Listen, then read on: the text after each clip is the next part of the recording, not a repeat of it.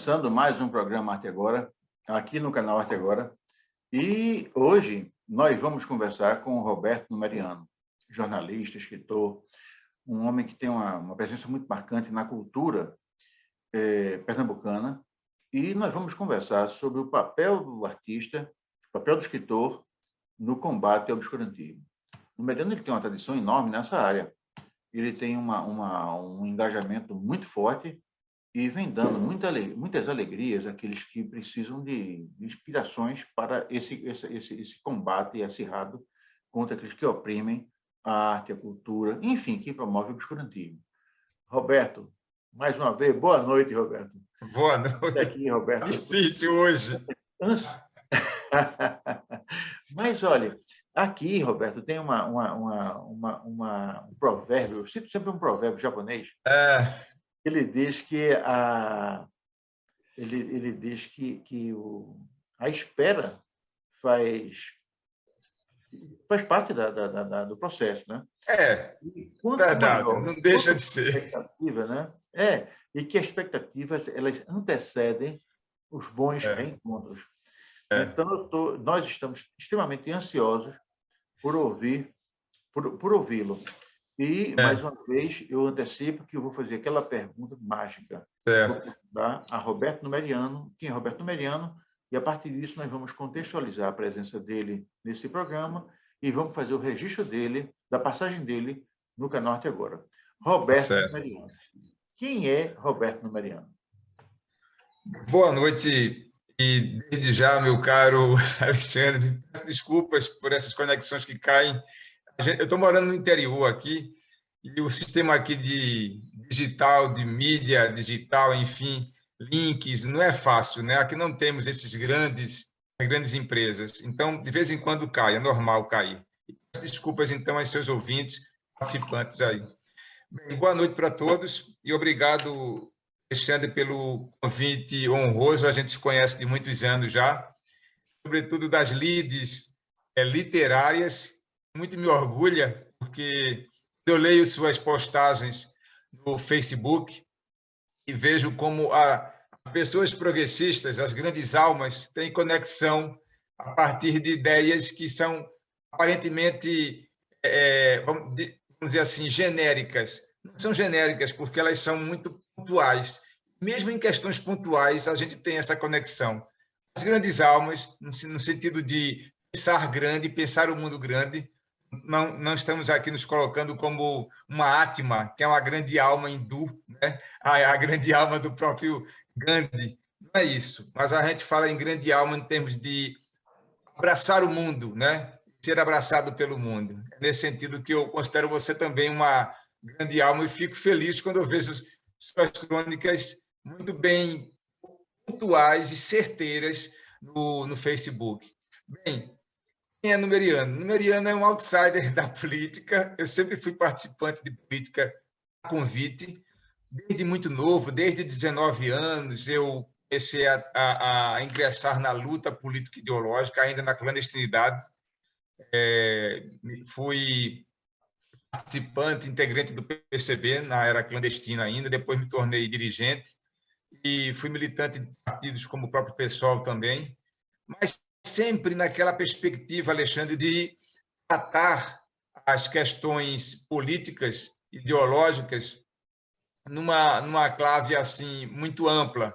Não era assim a questão restrita a partido, a luta pelo poder, não. Era a questão que buscava reunir os homens, a humanidade, as mulheres, todos aqueles que fazem a sociedade, no sentido de discutir temas de intervir na sociedade, intervir no social, no político, no econômico, etc. Então, assim, eu sempre fui um militante político que busquei tratar de chamar para a luta política ideológica aquelas pessoas que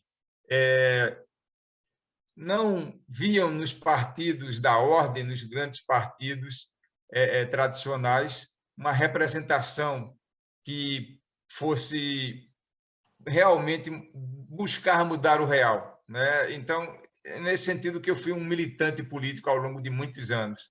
Nunca me considerei propriamente um profissional da política. Não tem desdouro nenhum para quem é, mas eu, particularmente, sempre fui uma pessoa, uma ativista idealista. Muito orgulho em dizer isso, mas não ingênuo. Nunca fui esquerda poliana moça, como eu gosto de chamar.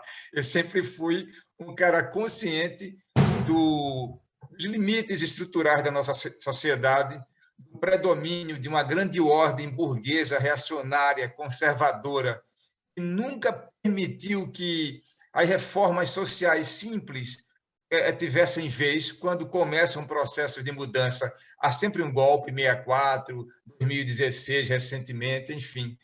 Eu sempre fui muito, como cientista político que me tornei depois, sempre fui muito consciente dos nossos limites, entendeu, Alexandre? Dos limites da esquerda, quando eu falo. Ô, Roberto, você, como todo grande homem, tem uma certa dificuldade, manifesta uma certa dificuldade em falar sobre você próprio. Né? É verdade. As pessoas, os grandes homens gostam de falar de ideias. Né? E nas ideias, né, eles se excluem.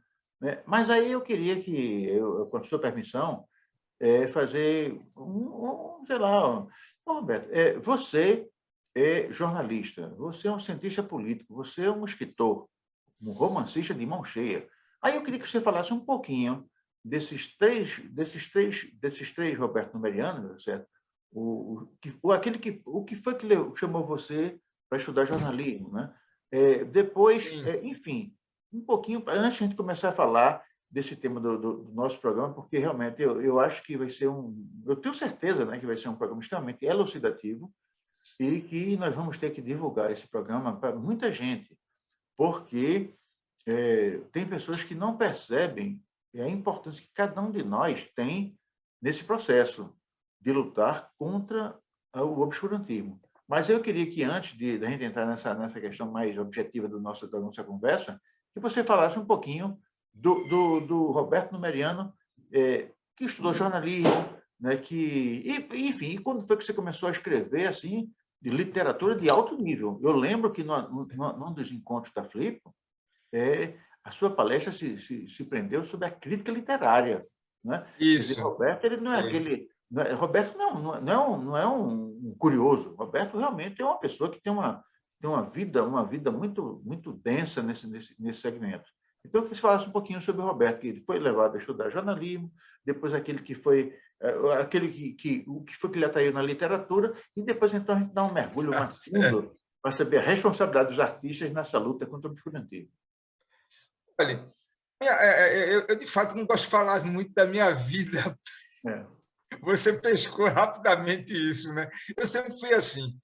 Não é um escapismo. Eu sou reticente em falar porque eu acho que importa muito menos a minha trajetória de vida, ainda que a gente saiba que qualquer ator político, né, algumas coisas de sua vida influenciam processos políticos, né? Coisas pessoais propriamente. A gente sabe disso tranquilamente. Mas tudo bem.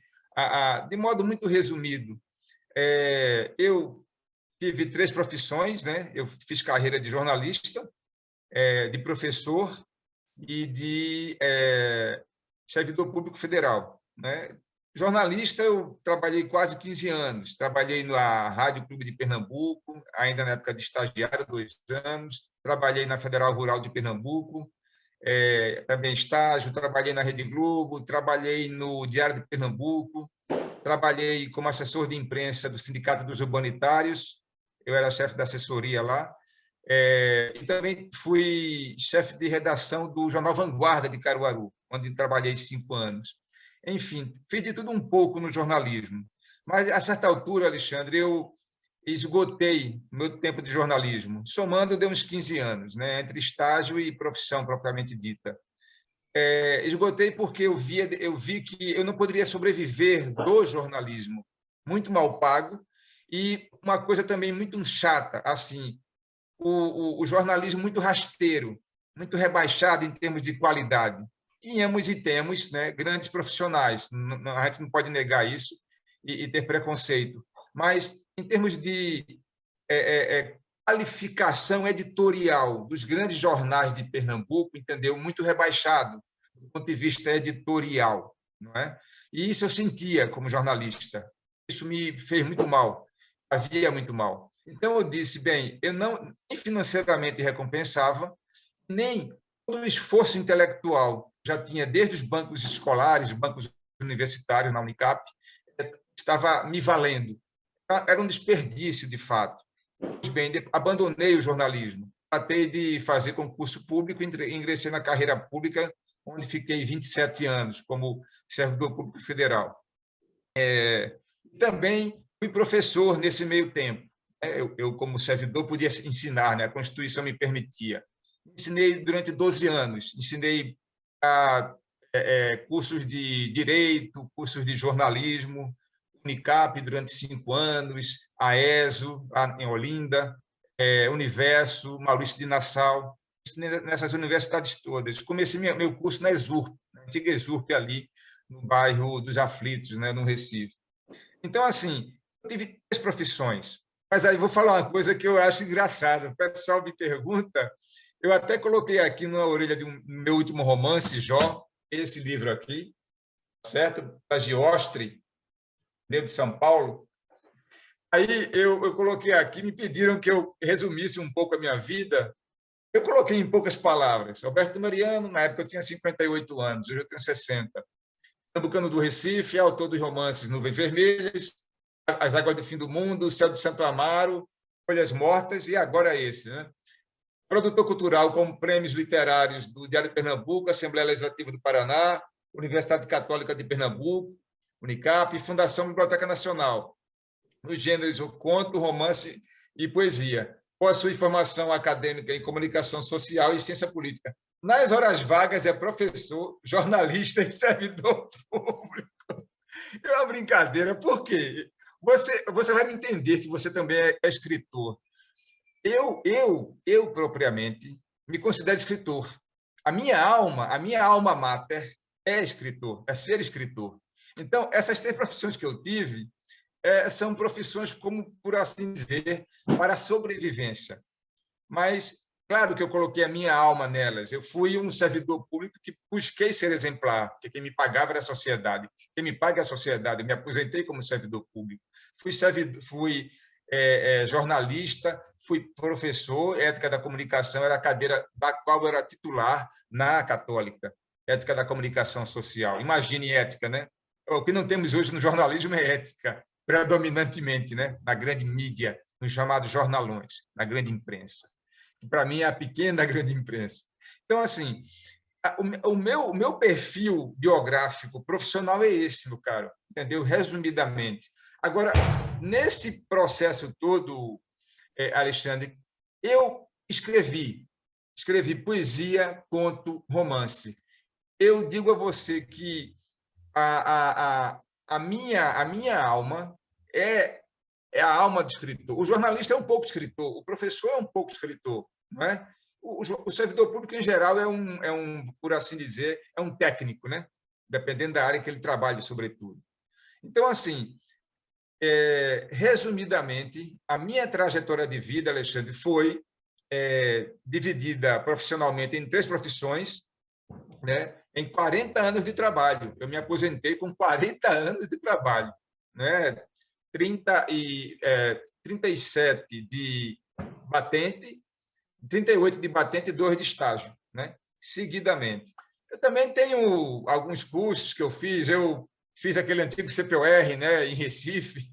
Eu sou oficial da reserva em comunicações, arma de comunicações, no caso, patente de segundo tenente. Eu fui aluno de colégio militar, eu tenho um pé também nesse ambiente, né? Eu conheço um pouco da realidade do pensamento militar brasileiro. Roberto, isso dá uma... Eu queria, a partir disso, desse seu depoimento, eu queria fazer tentar início desse nosso processo, que é o ambiente central dessa nossa conversa.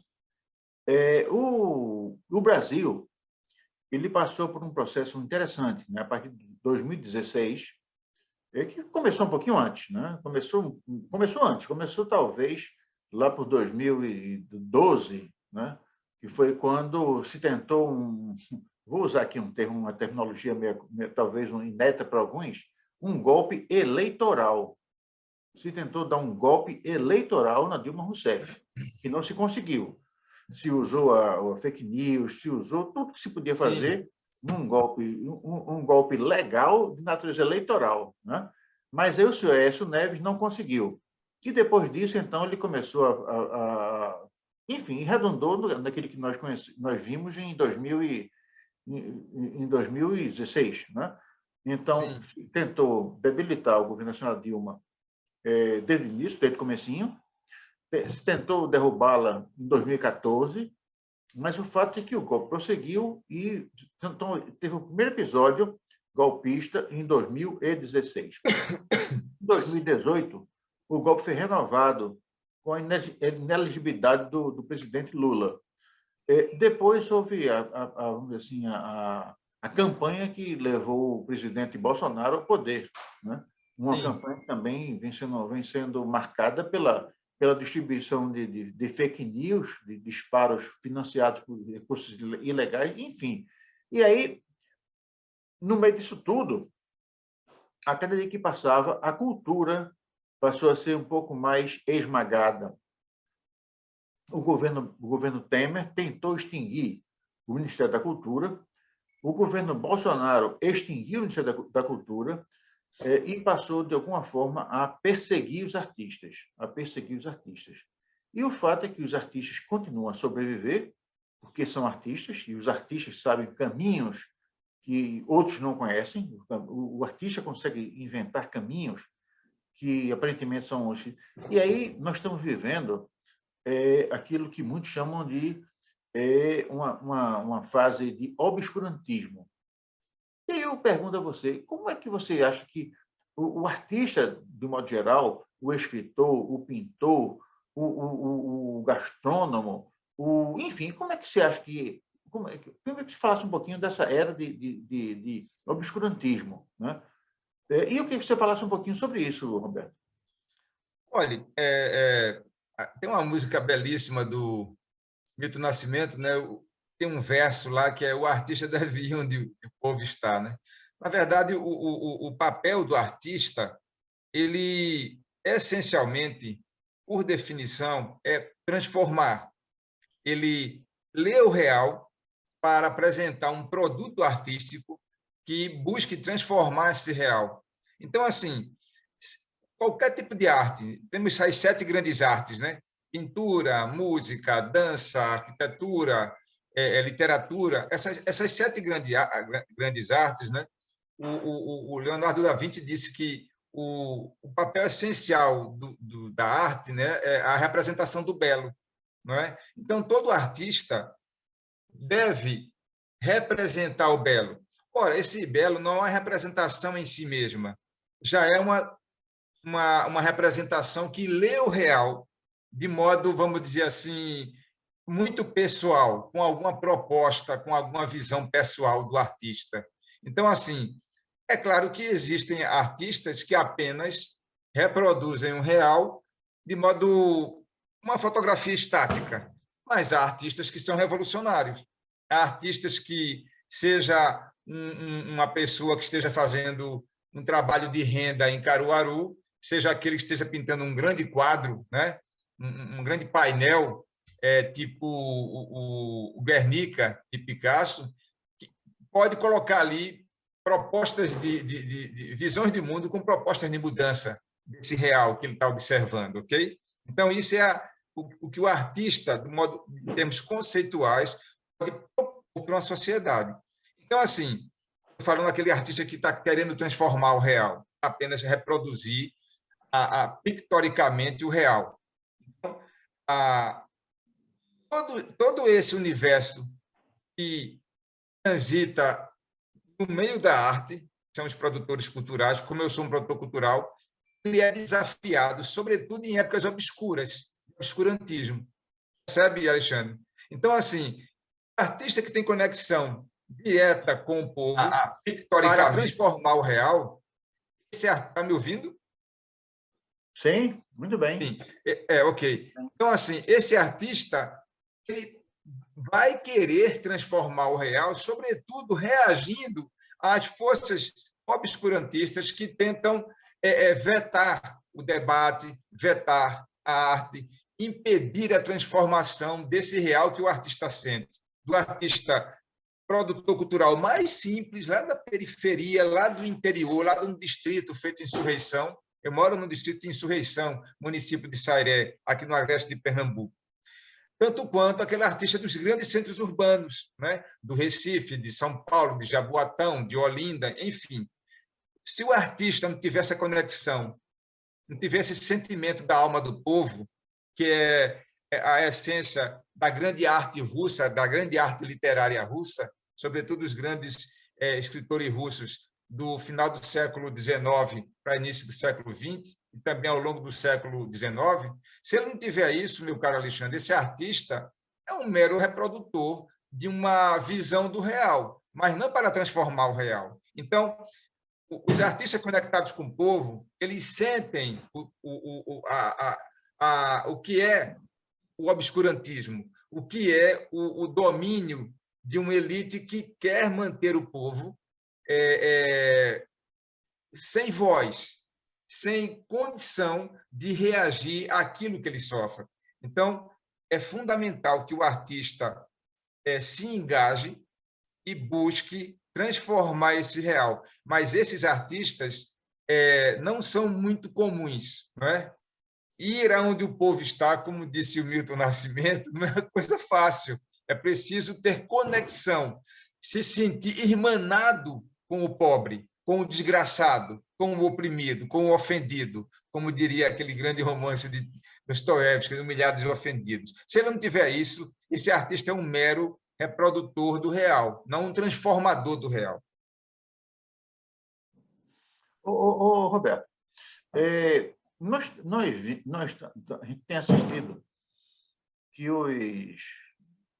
a nossa comando da República ele não vem tratando a arte com qualquer respeito, né? E, mais ainda, ele vem estimulando um tipo de arte ou acobertando um tipo de arte que, de uma forma ou de outra, está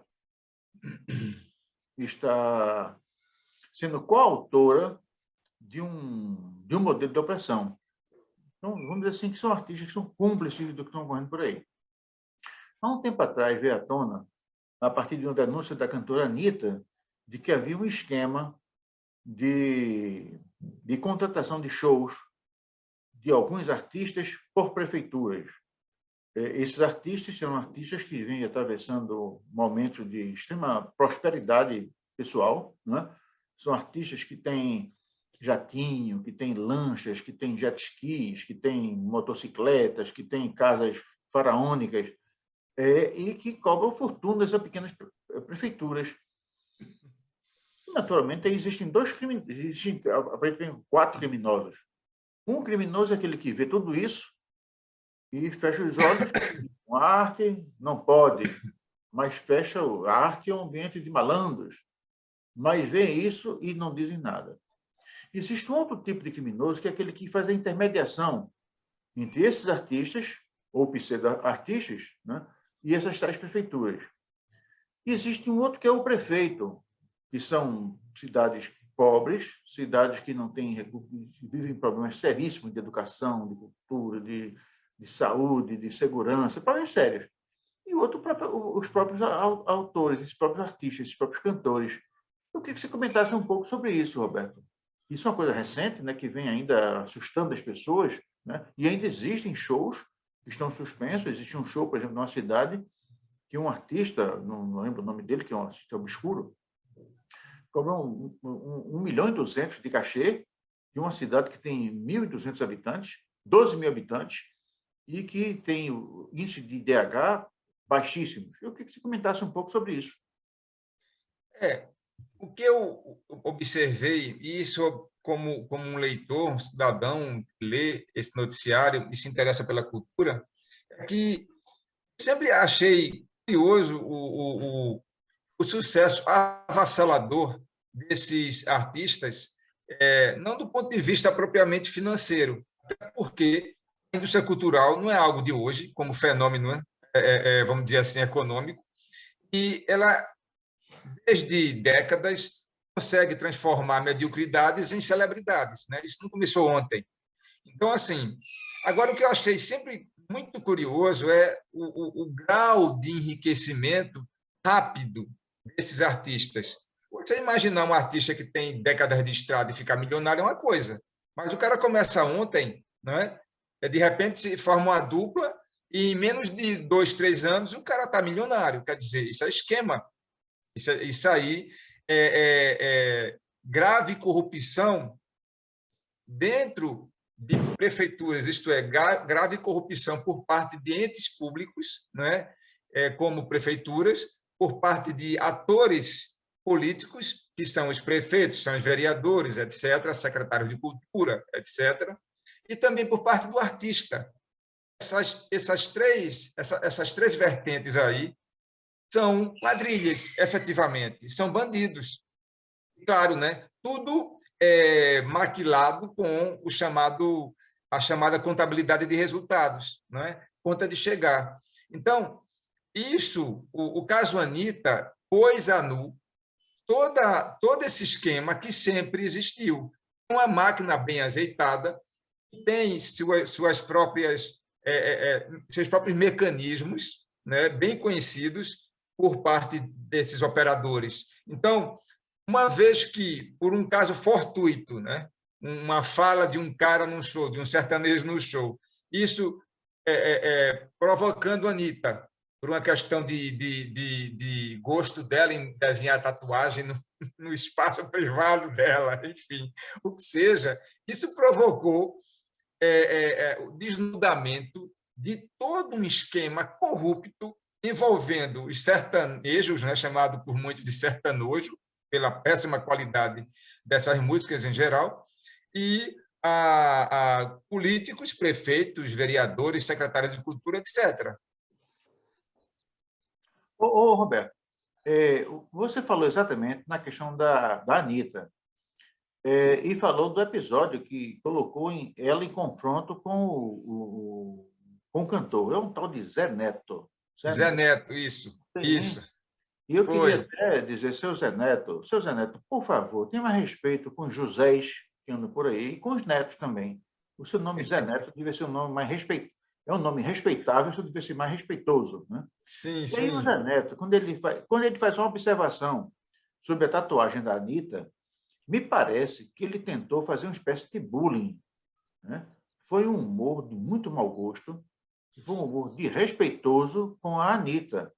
E foi isso que provocou nela uma reação à altura, e que denunciou todo aquele esquema de fraudulento que sustentava não só o seu Zé Neto, como os outros também. Mas é importante que se anote que o estopim desse processo foi uma atitude de preconceito do José Neto, que muito provavelmente, se fosse um outro cantor que tivesse uma tatuagem em outra parte do corpo, talvez ele não tivesse dito nada.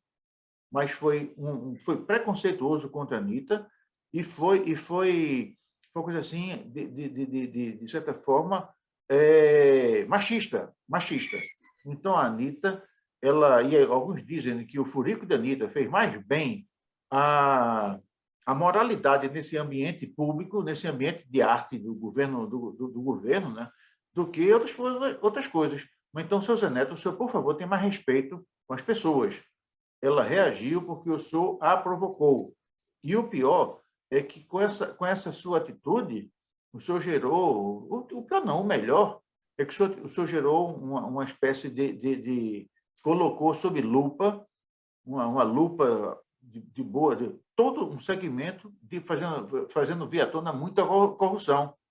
E muita gente perdeu dinheiro com isso. Os prefeitos que ganhavam propina e os outros que ganhavam propina também. Né? Mas Roberto, como são as coisas, né, rapaz? Quer dizer, a misoginia ocorre em todo canto, né? A misoginia ela é constitutiva da formação social né, nas relações sociais homem e mulher, ok? Na história brasileira. Então, assim, é algo que é originário desde a colonização. A misoginia também é típica da sociedade estadunidense. Não é uma coisa típica e exclusiva da colonização portuguesa. Colonização inglesa também. Então, assim, já por um fato claro, o colonizador, a colonização se dá pela ação de homens, em geral. O homem, o macho dominador, que sai de sua terra para dominar outros povos. Ora, tanto o povo nativo, alvo, tanto quanto as mulheres que já iam com ele, já vinham de uma sociedade também machista. Muito comum isso. Isso é estrutural. Entendeu, Alexandre? Então, assim, não seria diferente no meio artístico. Então, assim, e o sertanejo, eu ia falar sertanojo, o sertanejo é tipicamente, foi um ato falho. Então, o sertanejo é tipicamente, e sobretudo esse tipo de sertanojo, no caso, é tipicamente uma música cuja origem, cuja inspiração é muito machista. Então, quem quebrou um pouco isso foi a Marília Mendonça, né? Recentemente falecida Marília Mendonça. Então, assim, isso é muito, vamos dizer assim, naturalizado no ambiente musical, a cultura musical, tanto nas letras, né, quanto propriamente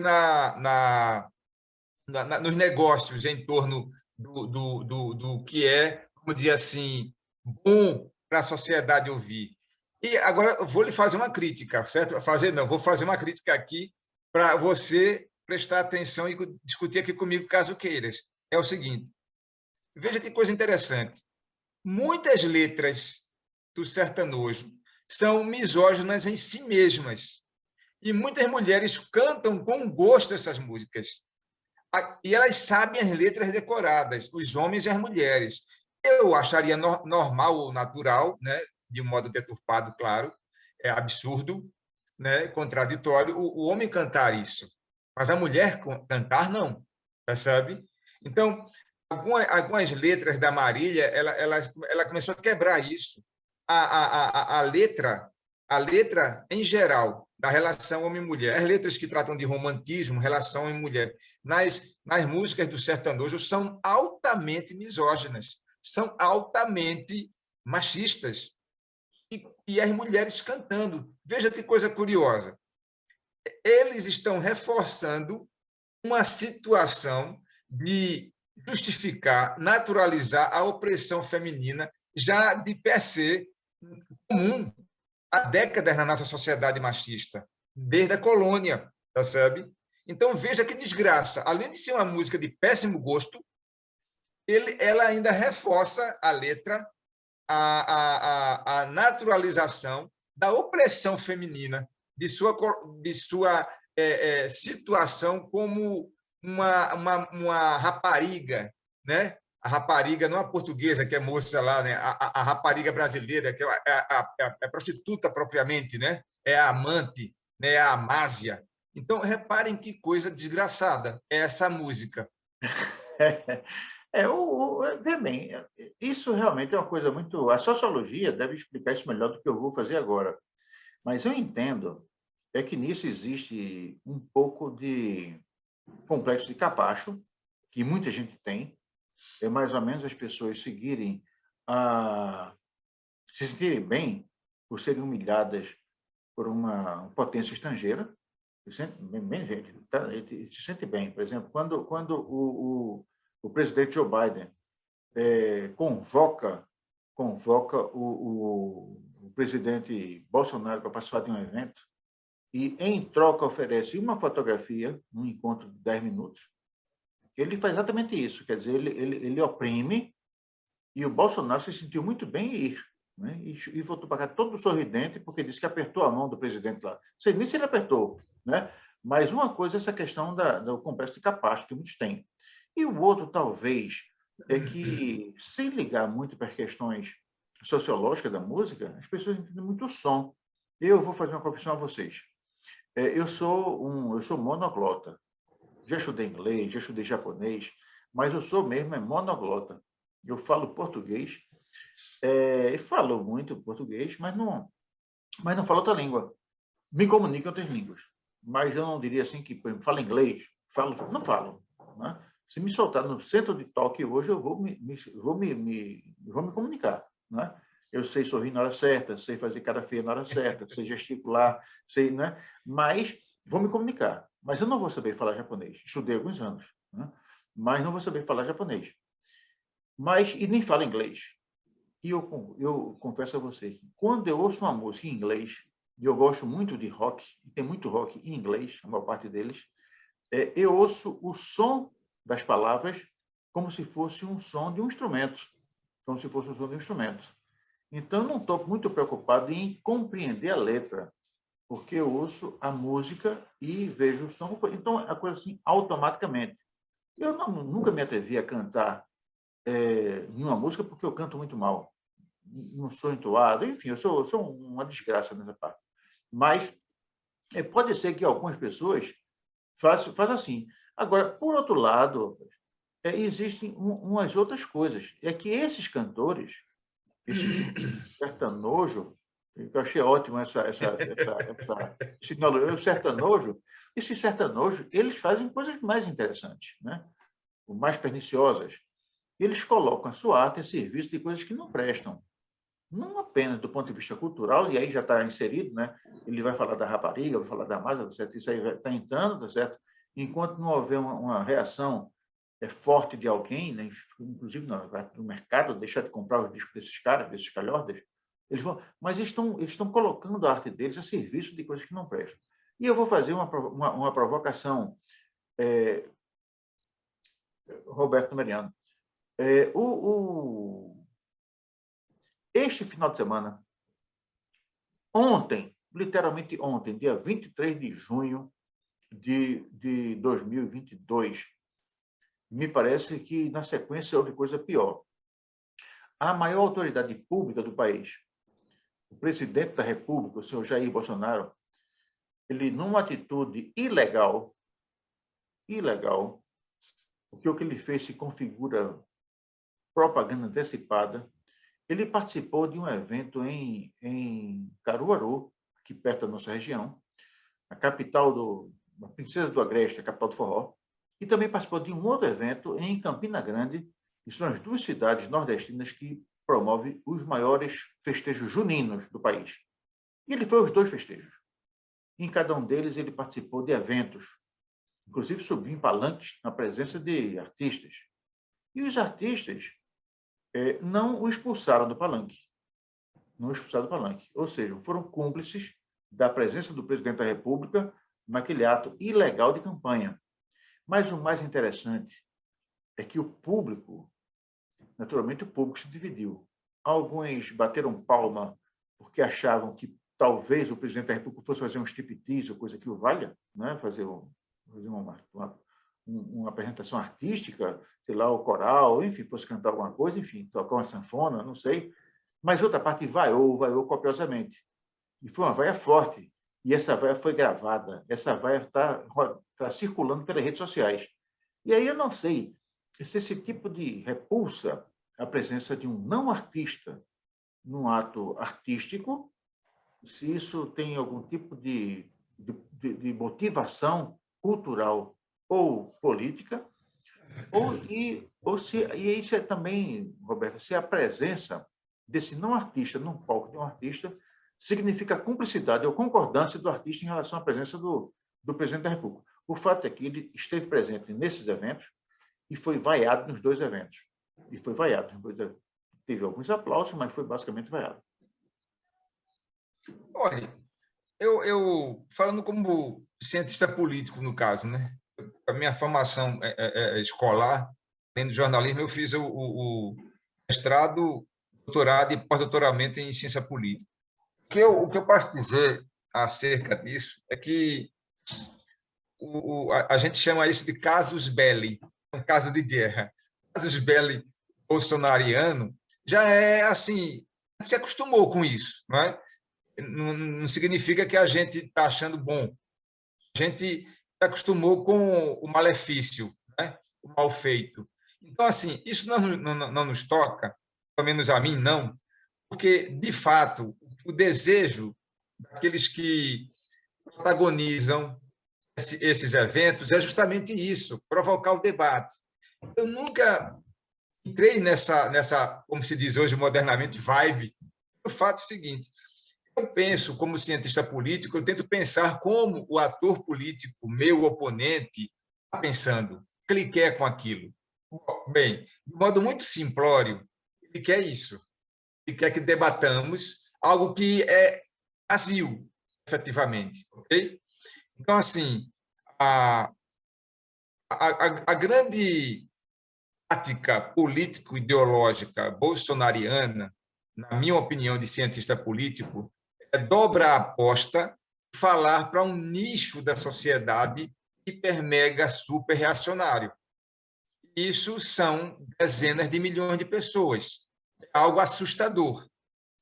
A ascensão do nazismo na Alemanha, mas também a ascensão do reacionarismo na Europa de hoje, com os eventos internacionais da ação militar russa na Ucrânia, tem ligações objetivas, muito claras do ponto de vista político-ideológico.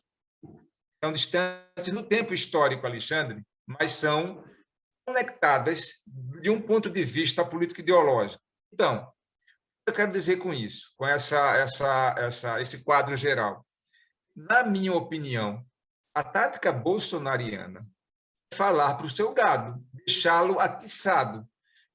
E a gente, se a gente fica debatendo nesse grau o que ele quer, a gente participa do debate com o gado bolsonariano, mantém o gado reunido consigo mesmo, reunido em torno do líder, do suposto mito. Na verdade, é uma grande mistificação. O Bolsonaro em si, como político, é uma grande mistificação. Detestável, ridícula, torpe, mas é uma grande mitificação.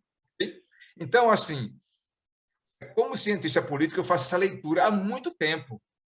Já fazia antes mesmo da ascensão dele. Quando eu via a figura como político parlamentar do baixo clero, eu via que aquele tipo ali encontra disso na periferia, nas prefeituras, nas câmaras municipais, entendeu? Nas assembleias legislativas, tem esse tipo em todo lugar.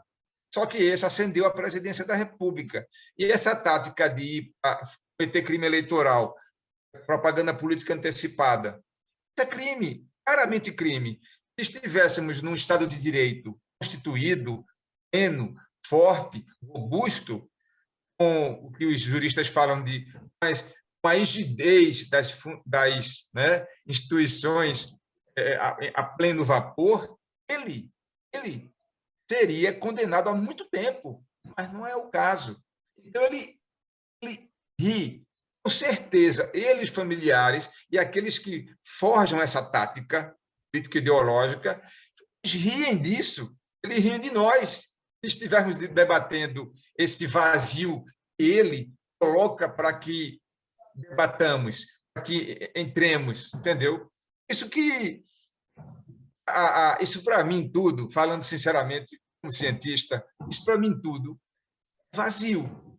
É vazio também esse negócio, ei, Bolsonaro, vai tomar no... Isso é uma bobagem tremenda. Isso é perfeito para ele, para o gado dele. O gado dele está adorando ele ir para Campina Grande, para Caruaru, para Recife, para Rio, São Paulo, Festa da Uva, o que seja, do boiadeiro, entendeu? Do peão boiadeiro, o que seja. Então, o gado dele permanece unido. Esse gado vai colocá-lo ou no segundo turno ou vai morrer com ele abraçado, em abraço de afogado no primeiro turno, que eu acho que vai ser no primeiro turno mesmo. Então, assim, tomara, Deus queira, e nós estamos lutando para isso. Então, assim, o que eu posso dizer, encerrando a resposta à sua pergunta, é que o que o Bolsonaro provoca, em termos de motociata, lanchaciata, o que seja, a gente não deve debater. A gente deve sempre lembrar como Lula lembra. Eu não sou lulista, mas eu postulo os grandes temas, as grandes linhas mestras da proposta do PT para o governo futuro.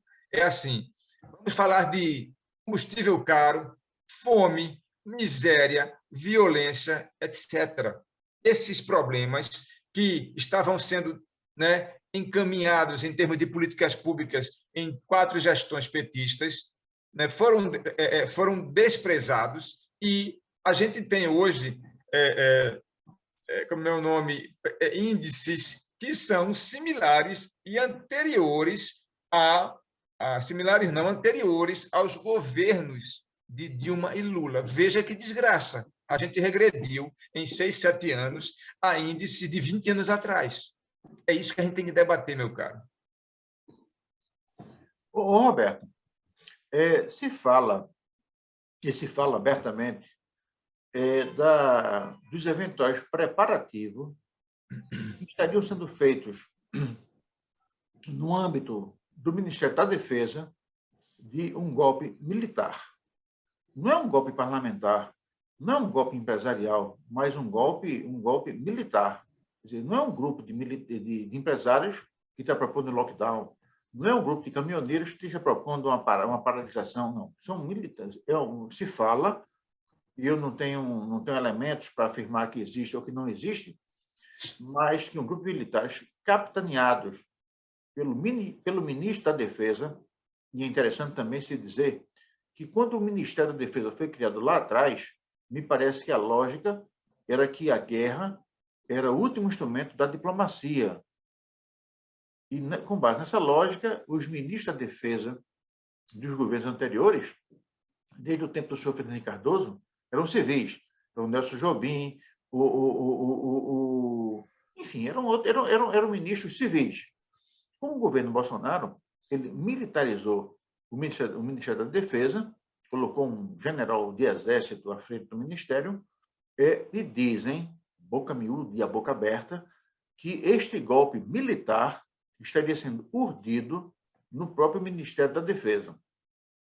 E dizem que esse golpe seria aplicado no dia 7 de setembro, quando o Brasil completa 200 anos de independência, ou seria aplicado no processo de discussão das urnas eletrônicas, enfim, se diz isso. Aí, diante disso, isso passa ao lado do presidente da República. Ele diz que não é com ele, né? Então, isso a gente vê que é uma coisa meio difusa, né? Porque não tem autor, mas o fato é que, simultaneamente, o ministro da Justiça, o Anderson, e o ministro da Defesa, o Paulo, mandaram ofícios simultâneos, o presidente do TSE dizendo que querem rever a questão das urnas eletrônicas, vão fazer uma apuração paralela, e aí eu também não entendo desse negócio, não sei se o Ministério do Exército, da Defesa, fazer uma apuração paralela, entrando numa área que é do TSE, se isso é mais ou menos equivalente ao caso do TSE pedir para guardar as fronteiras no lugar dos quartéis, botar lá, não sei exatamente, eu acho que é mais ou menos a mesma coisa. Vocês que, numa situação dessa, a nós, artistas, a nós, homens de cultura, cabe algum tipo de postura, algum tipo de comportamento, ou a gente deve simplesmente esperar para poder reagir? Tem uma atitude ativa ou uma atitude reativa? Olha, eu estou me colocando aqui nessa conversa com você e seus participantes aqui, nossos colegas todos, o papel do artista, né? No caso, contra o obscurantismo. Veja, eu me coloco sempre como um intelectual orgânico, né?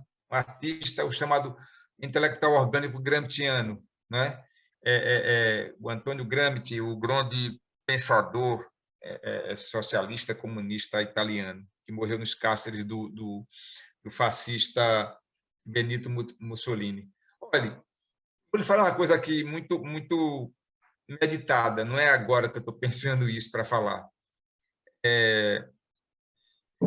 Todo intelectual orgânico ele deve ler o Real a partir de uma vertente. Uma vertente a qual ele como meu nome, afiliado, ok? A vertente marxiana, que é a minha, ok? eu sou marxista mesmo, eu sou marxista raiz. Eu não nego, nunca vou negar minhas origens político-ideológicas. Eu leio o real a partir da tríade hegeliana, tese, síntese e antítese. Se você não gosta, problema seu, entendeu?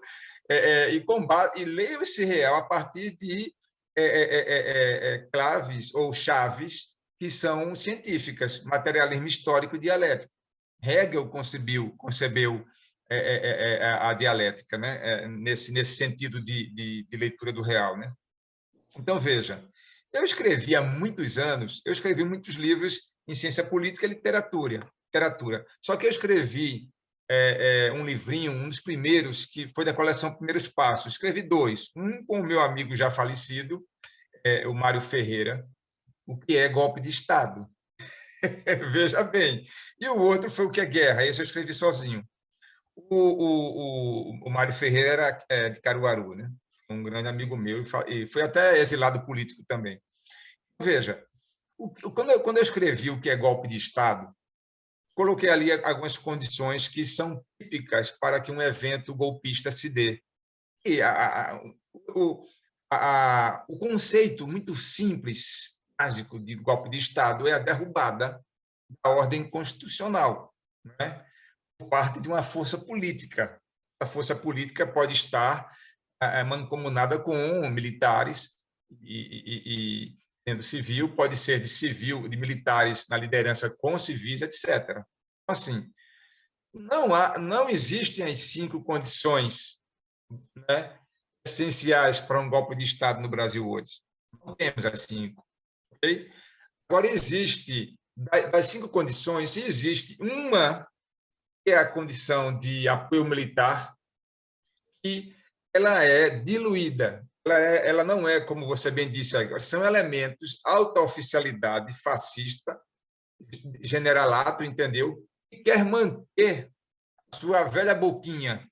Temos mais de 8 mil militares ganhando poucos salários, entendeu? Comissionados na República do Minto, entendeu? Então, repare bem que coisa interessante. Das 5 condições, temos uma só, ok? Mas mesmo essa que é a militar, o apoio militar, ela é difusa, ok? Ela não é fechada. Então, não temos, meu caro, não temos como imaginar, hoje, pelo menos, condição nenhuma de dar um golpe de Estado no Brasil. Mas que, na minha opinião, haja gente no poder executivo que queira esse golpe, isso é um fato, como você bem situou. Que exista liderança política dentro da Câmara Federal, dentro do Executivo, que queira derrubar a ordem constituída, ainda que, né, enfraquecida depois dos ataques dos últimos 6, 7 anos, isso é um fato. Mas as 5 condições não estão dadas, ok? Hoje não. Perfeito. Uma coisa que é interessante, sim, mas eu pergunto ainda com relação a, mesmo sem essas condições, as 5, o artista, ele deve se esperar pela 5ª condição ser oferecida ou deve lutar pela fragilização dessas outras 4? Deixa eu recolocar essa observação. O canal até agora, ele tem uma articulação grande. Né? Até agora, ele tem alguns programas que são internacionais e nos nossos contatos internacionais, eu percebo que, primeiro, que a conexão é online, né? Quer dizer, não existe, e aí eu vou buscar um pouco lá para trás, viu, Roberto, para contar uma história. Eu sou muito antigo, né? Eu sou muito antigo. Então, eu lembro que quando a televisão começou no Brasil, e a minha família teve uma família de classe média, ela esteve entre as primeiras que tinham um aparelho de televisão em casa. Então, no começo, de 8 às 9 da noite, juntava toda a vizinhança na minha casa para assistir a exibição de um símbolo que era um teste. Então, as pessoas ficavam vendo aquele negócio como é um ícone parado lá, aquele negócio lá, e ficava lá todo mundo vendo. E depois que começou a programação mesmo, a transmissão das programações, havia as novelas. E se hoje o fornecimento de energia elétrica é um pouco mais estável, e quem peca muito é o fornecimento de sinal de internet, naquela época era o contrário. Naquela época, faltava luz em bairros. Lá faltava no Recife, para quem mora no Recife, sabe, vai perceber os bairros que eu vou falar. Então, faltava a iluminação, faltava energia elétrica no bairro de Casa Amarela. E no dia seguinte, Roberto, entrava um locutor e dizia que ia reproduzir o capítulo da novela porque os moradores de tal bairro não tinham assistido porque tinham faltado energia elétrica. Então, então não ia passar a novela porque o capítulo da novela que vinha em filmes, vinha em rolo, aqueles filmes enrolados, não tinha chegado porque o avião tinha atrasado. Mas hoje o tempo é outro. Hoje o que acontece no Brasil é conhecido imediatamente fora do Brasil. Imediatamente. Então, nós temos, por exemplo, na segunda-feira, um programa chamado Vida Selvagem. Vida Selvagem ele trata de ambiente ambiente e meio ambiente. Vida e meio ambiente, né? Sociedade e meio ambiente.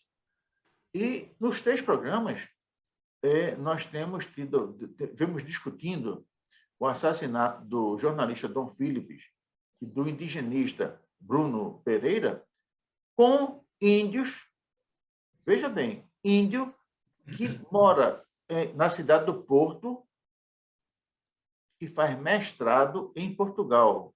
Índio, nascido no Pará, de uma comunidade indígena do Pará, que mora em Portugal, faz mestrado em Portugal.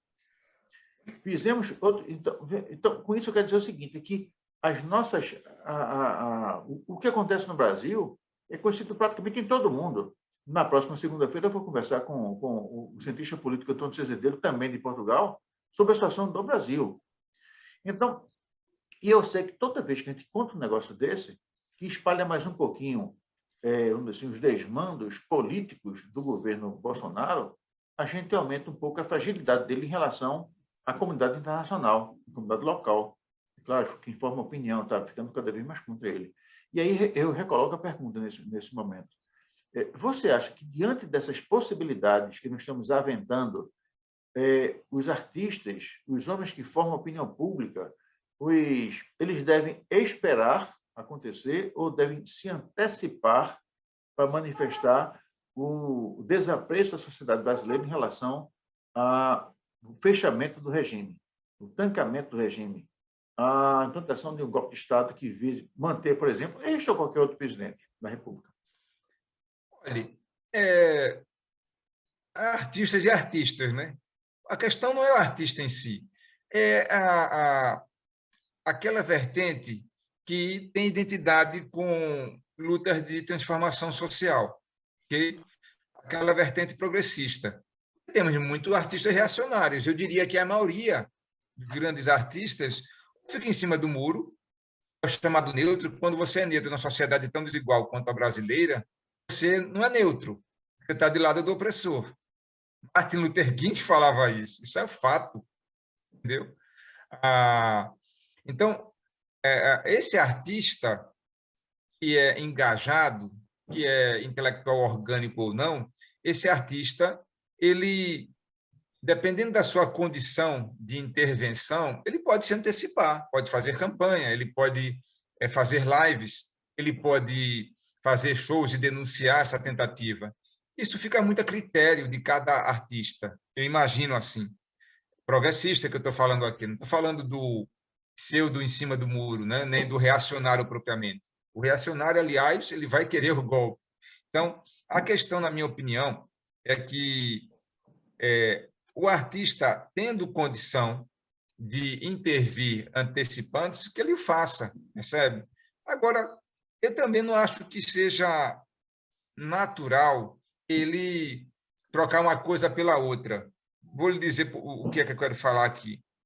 Ele ser tão engajado a ponto da grande arte dele, né, ficar subsumida no engajamento político dele, percebe? Então, é importante que ele tenha engajamento, mas que aquilo que é o mote da vida dele, entendeu? De influenciar, seja por meio da arte. Vou lhe contar aqui o que, claro que você já observou. Grandes letras da MPB, grandes, belíssimas letras, clássicas até algumas, essas letras, a gente percebe de modo muito claro, têm recados políticos profundos, percebe? A gente viu isso para além de Chico Buarque, tem Ivan Lins, pouco falado, mas tem muita força. Engraçado também, tido como reacionário, mas não era um reacionário tipo assim raiz, mas tinha interesses a defender propriamente, e alguns eram conservadores, mas não era um reacionário, o Luiz Gonzaga. Tem letras do Luiz Gonzaga que são muito críticas, né, à sociedade, não era o regime militar, que ele não estava preocupado com isso, mas muito críticas em relação à desigualdade social brasileira. Se você olhar as letras do Gonzagão, algumas são grandes letras.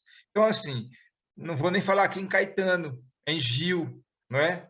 Então, resumindo aí a resposta, se você tem capacidade de intervir, né, o artista progressista, que o faça, mas que, se você não quiser, que o faça mediante suas letras, sua pintura, sua escultura, sua música, sua dança, percebe? Então, assim, o importante é que aquele artista que se sinta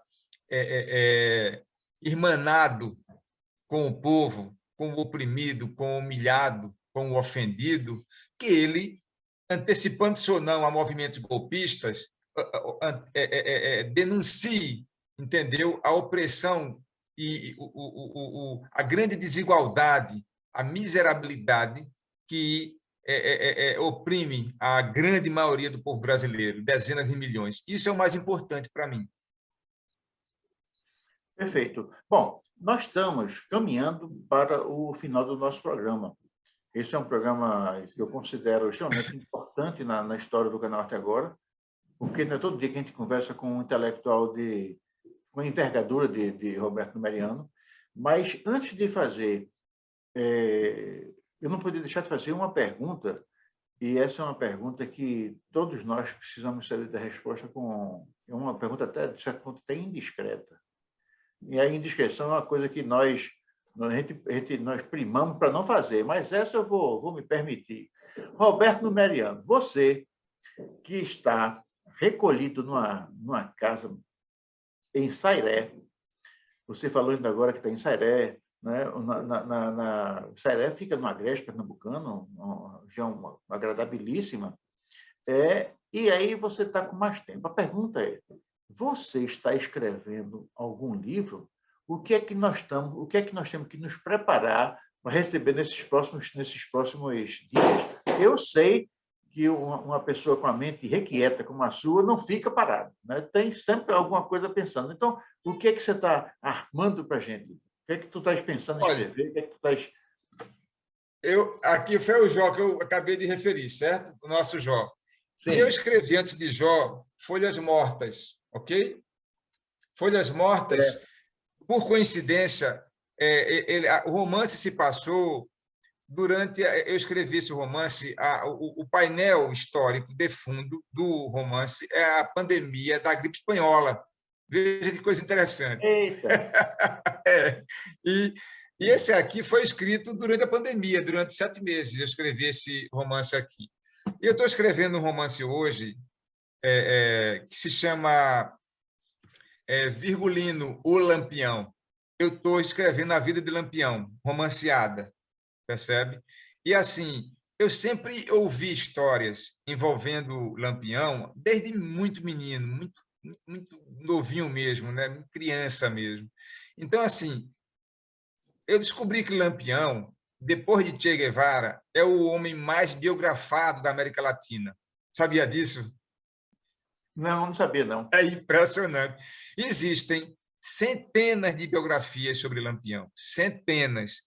E Lampião também é o tipo histórico mais deturpado, né? Em termos de todo mundo fala sobre Lampião. Então, assim, de tanto ler sobre Lampião, eu tenho muito livro aqui, e também tenho alguns canais interessantes. A maioria dos canais não prestam na internet, né? Sobretudo no YouTube. Tem canais no YouTube que são uma porcaria. Uhum. É para ganhar trocado, entendeu? É assim.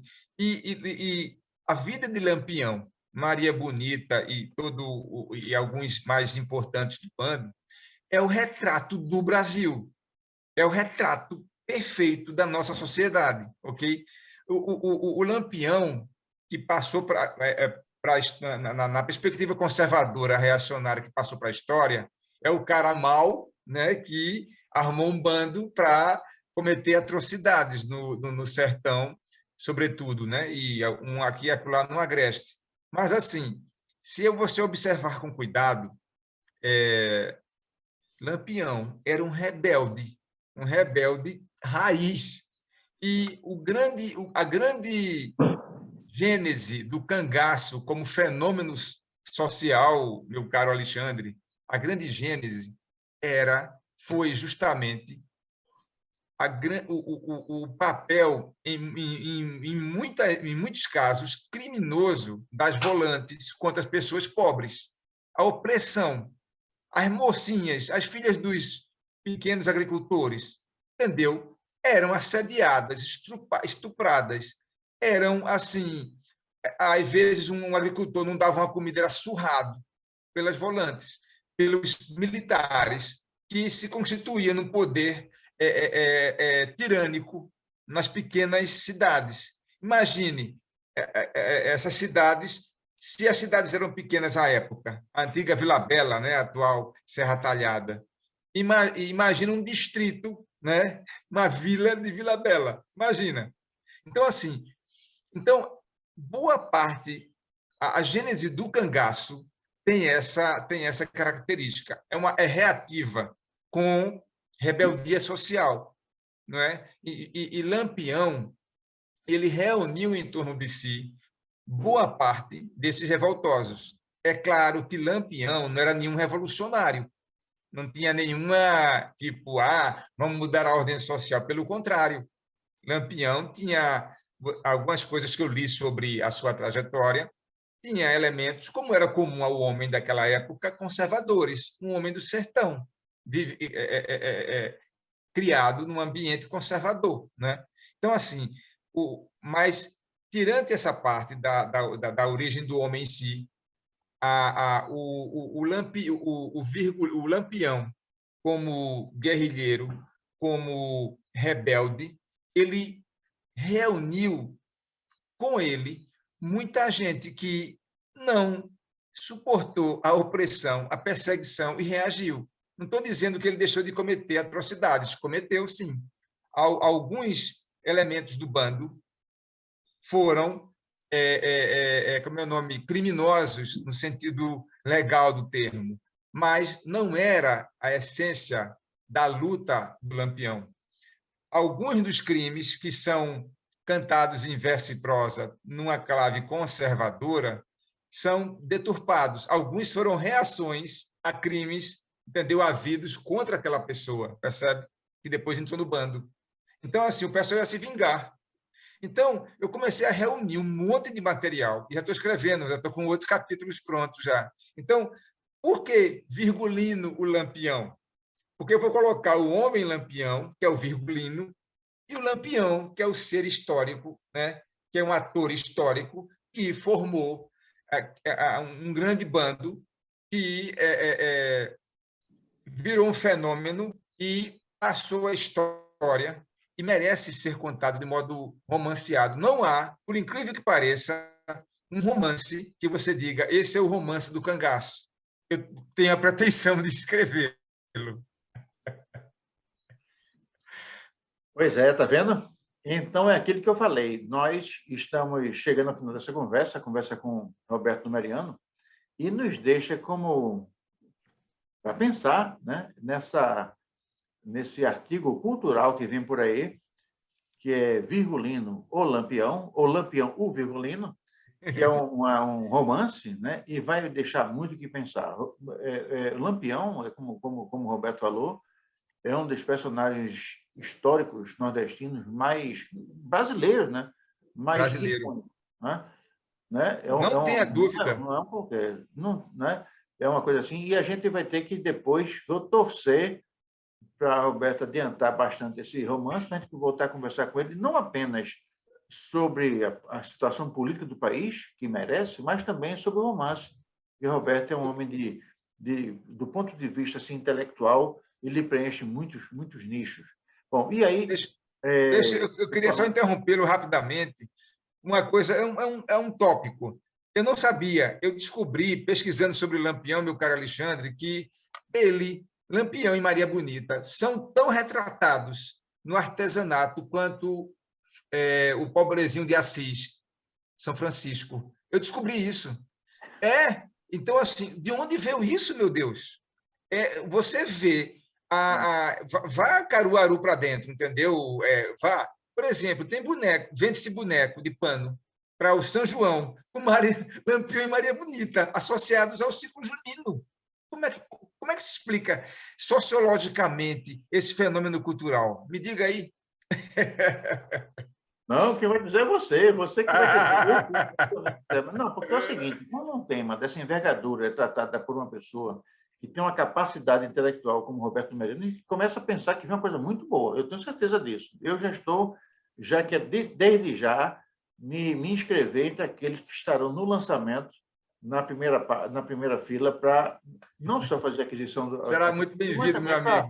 Bater as palmas que você merece. Bom, e aí eu falo diretamente com você que está em casa nos assistindo. Se você ainda não é inscrito no canal até agora, por favor, se inscreva. Você tem uma tecla digital, você clica nela e não vai pagar nada, e a gente vai mandar uma mensagem à humanidade que, através da arte, da cultura, da ciência, da tecnologia e, sobretudo, de muito boa vontade, a gente pode construir um mundo melhor para todos. Vamos agora ouvir as despedidas desse nosso queridíssimo jornalista, escritor, Roberto Merino, que nos deu uma visão extremamente elucidada sobre o que está acontecendo no país. E atentem, Lampião ou Virgulino, vem por aí. Roberto, a palavra é toda tua. Muito obrigado, meu caro Alexandre. Foi um prazer, o convite sempre honroso. A gente tem muitas batalhas as quais travamos no passado, estamos travando agora e vamos travar no futuro, certamente. Eu agradeço ao seu público pela participação e estarei sempre à disposição para discutir essas temáticas e queria elogiar aqui a sua iniciativa do Arte Agora, um nome belíssimo, por sinal. Um abraço para todos.